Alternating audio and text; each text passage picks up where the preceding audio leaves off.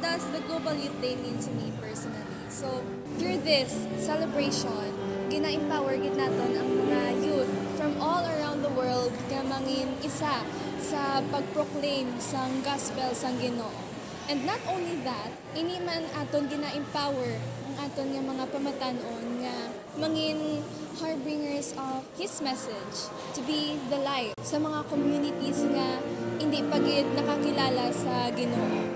Through this celebration, kita nga mga youth, we are transforming these communities by reflecting God's love through us and sa pag-engage sa sini nga mga tao by making them feel nga may ara sang Ginoo nga willing magbulig sa ila, naga-care kag nagapalangga sa ila and maga-save kid sa ila.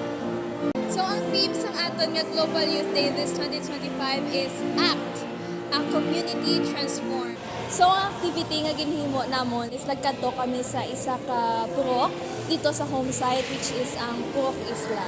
So what we did there, nagpapamahaw kami sa dito sa purok and nanghatag kami sang mga tracks for them nga may ma-read man sila and also sa pag-engagement sa mga tao.